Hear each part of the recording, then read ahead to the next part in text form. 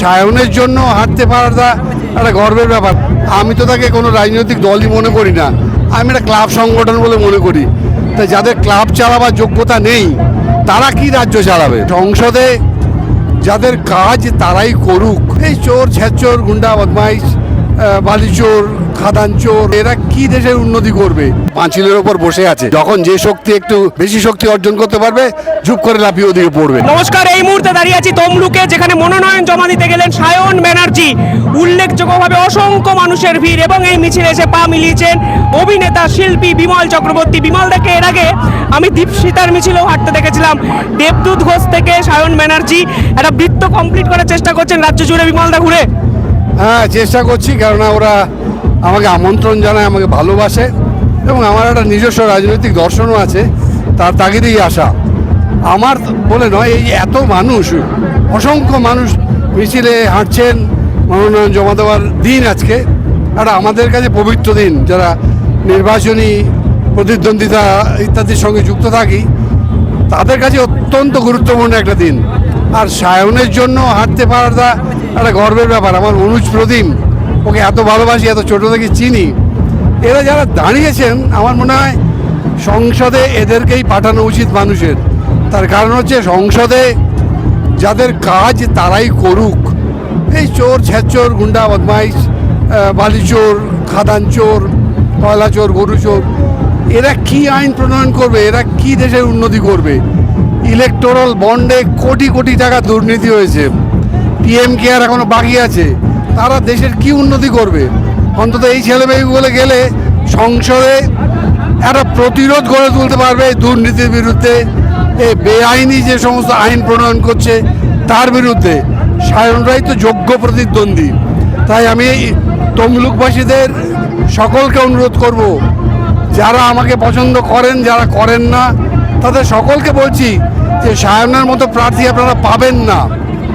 অত্যন্ত বিরল একটি ছেলে যে সারাটা জীবন শুধু মানুষের কথাই ভেবে এসছে। তা যারা মানুষের কথা ভাবে, যারা টাকার কথা ভাবে না, যারা চাকরি চুরি করে না, যাদের অঙ্গীকারী মানুষের সেবা করা, তাদের আইনসভায় প্রেরণ করুন। আপনার স্বার্থে, আমাদের স্বার্থে, দেশের স্বার্থে এবং দেশের ভবিষ্যৎ নাগরিকদের স্বার্থে। তমলুক কেন্দ্র যখন অভিজিৎ গাঙ্গুলিকে, বিচারপতি অভিজিৎ গাঙ্গুলিকে বিজেপি দাঁড় করায়, তখনই কোথাও গিয়ে বলা হচ্ছিল হিউজ মার্জিনে অভিজিৎ গাঙ্গুলি জিততে চলেছেন, পাল্টা দেবাংশু। সায়ন এখানে দাঁড়িয়ে কতটা বিষয়টা 50-50 করতে পারলো বলে মনে হচ্ছে বিমলদা? না, আমি ওদের সম্পর্কে আলাদা করে কিছু বলতে চাই না। ওরা তো রাজনৈতিক দল হিসেবে লড়ছে, সায়ন লড়ছে এমন একটি রাজনৈতিক দলের প্রতিনিধি হিসেবে যার একটি নির্দিষ্ট আদর্শ আছে। প্রথম দলটির কথা যেটা শিবম তুমি বললে, আমি তো তাকে কোনো রাজনৈতিক দলই মনে করি না, আমি একটা ক্লাব সংগঠন বলে মনে করি। তা যাদের ক্লাব চালাবার যোগ্যতা নেই তারা কি রাজ্য চালাবে? আর আরেকটা দলের কথা বললে, তারা তো গোটা ভারতবর্ষে ঘোটালা করে চলেছে। তা তারা আলাদা করে ভারতবর্ষের উন্নতি কী করে করবে? যত তাড়াতাড়ি এই দুই শক্তি বিদায় হয়, আমি অপশক্তি বলবো, তারা নিজেরাও বুঝতে পারবেন যারা দাঁড়িয়েছেন কিছুদিন বাদে। সময়টা চলে যাবে, আমাদের ভবিষ্যৎ প্রজন্মের অনেক ক্ষতি হয়ে যাবে। কিন্তু আমার মনে হয় সায়নকে আপনারা নির্বাচিত করলে আখেরে ভারতবর্ষ তথা পশ্চিমবঙ্গ এবং আগামী প্রজন্ম, মনে রাখবেন আপনার আমার ঘরে কিন্তু ছেলে মেয়েগুলো বড় হচ্ছে, তারা কোথায় যাবে? তারা কি করবে? তারা তাকিয়ে আছে বাম গণতান্ত্রিক শক্তির দিকে। চারিদিকে তাদেরকে আপনাদের ভোট দিয়ে নির্বাচিত করুন। একটা সুস্থ সমাজ, একটা সুন্দর সমাজ, যেটা আমরা 2011-র আগে গড়ে তোলবার স্বপ্ন দেখতে শুরু করেছিলাম, যেটাকে নষ্ট করেছেন কিছু মানুষ, কিছু স্বার্থান্বেষী, কিছু কায়েমি স্বার্থের মানুষ, কিছু লোভী মানুষ আমি বলবো, এবং কিছু নির্বোধ মানুষ। তার মধ্যে আমার বন্ধুবান্ধব অনেকে আছেন। তাদের কাছে অনুরোধ, আপনারা এই ভুলটা আর করবেন না, এবারের জন্য অন্তত করবেন না, তাহলে আগামী দিনে কিন্তু আর সুযোগ পাবেন না। আপনারা কথাও বলতে পারবেন না। এমন একটা ভারতবর্ষ, এমন একটা পশ্চিমবঙ্গ কিন্তু গড়তে চাইবার চেষ্টা করছে এমন কিছু লোক। সায়নকে আমার শুভেচ্ছা রইল, আমার অসংখ্য শুভকামনা। আমি এই ভোটের আগে পর্যন্ত যতটুকু পারবো, যেখানে যেখানে বাম ও গণতান্ত্রিক শক্তি কংগ্রেসের প্রার্থী আছেন তাদের পাশে যাবার চেষ্টা করব। এটাই আমার অঙ্গীকার। আমার শুধু অভিনেতা হিসাবে এই মুহূর্তে ঘরে বসে থাকলে চলবে না, অভিনয়ের সঙ্গে সঙ্গে আমি সমাজকর্মীও বটে। সমাজের প্রতিটা ঘাত প্রতিঘাত আমার ওপর ক্রিয়া করে এবং সে ক্রিয়ার ফলেই আমাকে বাইরে আসতে সাহায্য করে। বিমলদা, এই মেদিনীপুরকে একসময় বাম গড় বলা হতো। মেদিনীপুর মানে নন্দীগ্রাম, এখনো বাংলার মানুষ জানে। বামেদের সময় পালা বদলের সূচনা এই নন্দীগ্রাম থেকেই হয়েছিল। এই নন্দীগ্রাম এবং মেদিনীপুর, সে সময় নন্দীগ্রাম কি বামেদের আবার সুযোগ দেবে বলে আপনার মনে হয়? এই যে আমরা যে রাস্তা দিয়ে এলাম ওই নিমতৌড়ি জায়গা থেকে, তারপর সেই জায়গাগুলো ওই পাশ নন্দকুমার, ওদিকে হেরিয়া, খেজুরি, নন্দীগ্রাম, এইসব অঞ্চলে একসময় আমি বেশ কিছুদিন যাতায়াত করেছি। আমরা তো দেখেছি কিভাবে নন্দীগ্রাম ঘটলো। বুদ্ধবাবু বলেছেন না যে 10 বছর বাদে মানুষ বুঝতে পারবেন, সিপিএম বাদ দিন, কংগ্রেস বাদ দিন, তৃণমূল বাদ দিন, আমাদের ছেলে মেয়েদের কি হবে। আজকে সেটা সত্যি প্রমাণ হতে চলেছে যে কত দূরদৃষ্টি সম্পন্ন ছিলেন বুদ্ধদেব ভট্টাচার্য। তার কথাগুলো একটু স্মরণ করুন, তাহলে বুঝতে পারবেন যে নন্দীগ্রামে কি হয়েছিল আসলে, এবং তার রিপোর্ট এখনো প্রকাশিত হলো না। এই নন্দীগ্রামে একসময় শুভেন্দু অধিকারী, শিশির অধিকারী লড়াই করেছিলেন তৃণমূলের হয়ে, তারা আজকে অন্য দলে। এই যে পালা বদল, শুধু পালা বদল তো শুধু নয়, দল বদলটাকে আপনি কিভাবে দেখেন? এবং বর্তমানে তারাই এইখানকার প্রধান বিরোধী শক্তি, বলা হচ্ছে লোকসভা নির্বাচনের হট ফেভারিট। কি বলবো, শিবম আসলে পাঁচিলের ওপর বসে আছে। যখন যে শক্তি একটু বেশি শক্তি অর্জন করতে পারবে, ঝুপ করে লাফিয়ে ওদিকে পড়বে। আমি এদের খুব একটা গুরুত্ব দিই না, তার কারণ হচ্ছে এরা কালের নিয়মে কিন্তু তলিয়ে যাবে। হ্যাঁ, এটা সত্য যে অধিকারী ফ্যামিলির একটা প্রতিপত্তি আছে মেদিনীপুর অঞ্চলে, এটা সত্যি, এটা অস্বীকার করে লাভ নেই। কিন্তু তা দিয়ে তার হয় না, তার পেছনে একটা দর্শন থাকে, আদর্শ থাকে, একটা শক্ত মেরুদণ্ড লাগে। প্রতি মুহূর্তে মানুষের সঙ্গে মিশতে হয়, জানতে হয়, বুঝতে হয় তাদের দুঃখ কষ্টের কথা। তাই আমি ব্যক্তিগতভাবে আমি জীবনে কোনোদিনও কারো সম্পর্কে কোনো অপশব্দ প্রয়োগ করিনি, ভবিষ্যতেও করবো না, সে রুচি আমার নেই।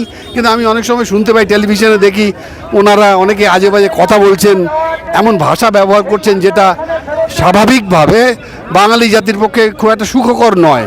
আমি বলবো এই ভাষা সন্ত্রাসও বন্ধ হোক, আমরা একটু সুভদ্র হয়ে উঠি। রাজনীতির কথা বলুন, মানুষের কথা বলুন, আপনার রাজনীতির কথা বলুন, আমরা আমাদের রাজনীতির কথা বলবো। কিন্তু এই অপশব্দ, কদর্য ভাষা, একে অন্যকে গালাগাল, তুই তুকারি, এই শব্দগুলো রাজনীতি থেকে খুব দ্রুত পরিহার করা উচিত। আমি সমস্ত দলের লোকের কাছে আবেদন করব। এমন নয় যে আমি বামপন্থীদের সমর্থন করি বলে তারাও যদি আজে বাজে কথা বলে আমি সেটা সমর্থন করি না, করি না, নির্দ্বিধায় বলতে পারি করি না, কেন তারা করেন না এইসব শব্দ ব্যবহার। হয়তো কোনো এক সময় ব্যতিক্রমী হতে পারে, কিন্তু সাধারণভাবে করেন না। কিন্তু বামপন্থীদের বিরোধী বিপ্রতিভে যারা আছেন, তাদের ভাষা শুনলে আমার কষ্ট হয়, আমার বেদনা হয়, দুঃখ হয় যে আমাদের বাড়িতেও তো ছেলে মেয়ে আছে, তারা কেন রাজনীতির মধ্যে এই সমস্ত শব্দ ব্যবহার করছেন। তারা নিজের রাজনীতির কথা বলুন, লড়াই করুন মাঠে ময়দানে, যোগ্য প্রতিদ্বন্দ্বী হয়ে উঠুন। একে অন্যের প্রতিযোগী হওয়ার জন্য খারাপ ভাষা ব্যবহার করবেন না, কুকর্ম করবেন না। আপনারা সকলেই পাঁচিলের ওপর বসে আছেন জানি, কে কখন কোন দিকে ঝাঁপ দেবেন আমি জানি না। এই আজকে এই দলে আমি বুঝতেও পারি না কোনটা কোন দলের প্রার্থী। হঠাৎ দেখলাম মুকুটমণিবাবু এক দলের প্রার্থী ছিলেন, আবার অন্য দল হয়ে গেলেন, বাইরন জিতে আবার দিকে অন্য দলের প্রার্থী। আমি সত্যি বুঝতে পারি না, মানে কনফিউশন হয়ে যাচ্ছে মানুষের মধ্যে। কনফিউশনটাও দূর করতে হবে, এই বামপন্থীদের এই কাজ করতে হবে, চিনিয়ে দিতে হবে আসলে মানুষের প্রকৃত বন্ধু কারা। সেই কাজটার জন্য কিন্তু আমাদের এই রাস্তায় নামা, এই এতগুলো। একদম আমাদের শেষ প্রশ্ন থাকবে, এক ঝাঁক নতুন ছেলে মেয়ে প্রার্থী হয়েছেন বামেদের, আপনারা একটা অন্য প্রজন্ম দেখেছেন, একদম নবীন প্রজন্ম, নব প্রজন্মর একাধিক প্রার্থী। এই বামেদের নব প্রজন্ম নিয়ে আপনার কি মত? আপনি অনেক জায়গায় যাচ্ছেন আমি দেখতে পাচ্ছি, দীপশিতার ওখানে গেছিলেন, আজকে এখানে দেবদূত ঘোষের মনোনয়নের দিন আপনি ছিলেন। তাহলে এই নতুন প্রজন্মের বামদের নিয়ে আপনার কি মত? এই যে কালকে যখন সৌম্যদীপ আদক বলে ছেলেটি মাধ্যমিকে তৃতীয় হয়েছিল, আমি তখন সকালে বাড়িতে ছিলাম যেহেতু রেজাল্টটা শুনবো বলে। সৌম্যদীপকে যখন জিজ্ঞাসা করা হয়েছিল তোমার বাবা কি করেন, তখন সৌম্যদীপ একেবারে হালকা করে একটা উত্তর দিল যে আমার বাবা সিপিআইএম এর হোল টাইমার। এই রকম সৌম্যদীপরা তো বড় হচ্ছে ঘরে ঘরে। আজকে রাস্তায় বড় হওয়া সৌম্যদীপদের তো আমি দেখতে পেলাম, এবং দেখে এত ভালো লাগলো যে এতটা পথ অতিক্রম করছি। আমার মতো খানিকটা বয়স যাদের হয়েছে তারা এসে জিজ্ঞাসা করছে আমার কষ্ট হচ্ছে কি না। কি আদর, কি যত্ন, কি স্নেহ, কি সম্মান। এটা কিন্তু আমি অন্য জায়গায় পাই না, দেখতেও পাই না। এই যে বললাম, তাদের সে রুচিটাই নেই, সে সংস্কৃতিটাই নেই। আজ যারা এই যুবক যুবতী তরুণ তরুণীরা রাস্তায় নেমে এতটা পথ অতিক্রম করলো, লাখো কর্নিশ, এদের জন্যই অনেক দিন বাঁচতে ইচ্ছে করে এবং ওদের লড়াইয়ে অংশ নিতে ইচ্ছে করে।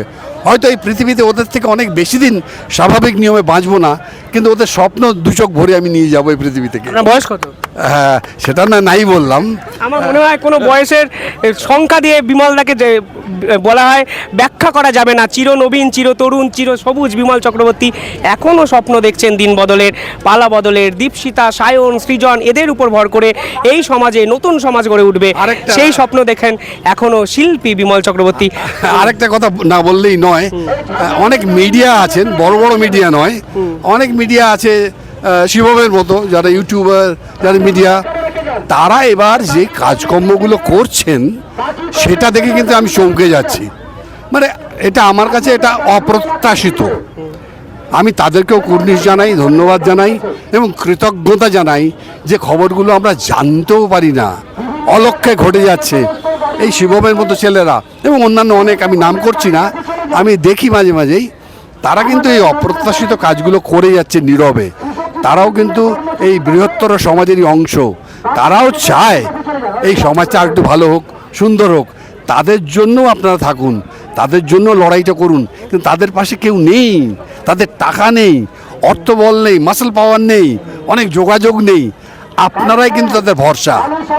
এই ভরসাটুকু তাদের দিন যে তারা যেন নির্বিঘ্নে, নিরুদ্বেগে, নিজেদের দায়িত্বে সজাগ থেকে, সচেতন থেকে, নির্বিরোধী থেকে, একেবারে নিরপেক্ষভাবে, বস্তু নিরপেক্ষভাবে আমি বলছি, ওই নিরপেক্ষতা নয় যে খারাপটা হয়ে যাচ্ছে আমি একটা দলকে সমর্থন করি বলে মনে মনে, সেই নিরপেক্ষতা না, সামগ্রিকভাবে নিরপেক্ষভাবে সবাইকে সংবাদ পরিবেশন করুন তাদের এই গণমাধ্যমের মাধ্যমে।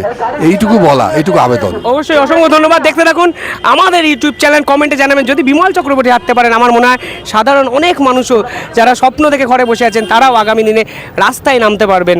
রাস্তায় তো প্রতিবাদের ভাষা শেখায়, ঘরে বসে কি হবে, বিমলদা শেখাচ্ছেন, আপনারা শিখছেন। চলুন রাস্তায় হাঁটি, বিমলদা বার্তা দিলেন। দেখতে থাকুন শিবম দাসের ইউটিউব চ্যানেল। অসংখ্য ধন্যবাদ বিমলদা, ধন্যবাদ আপনাদেরও।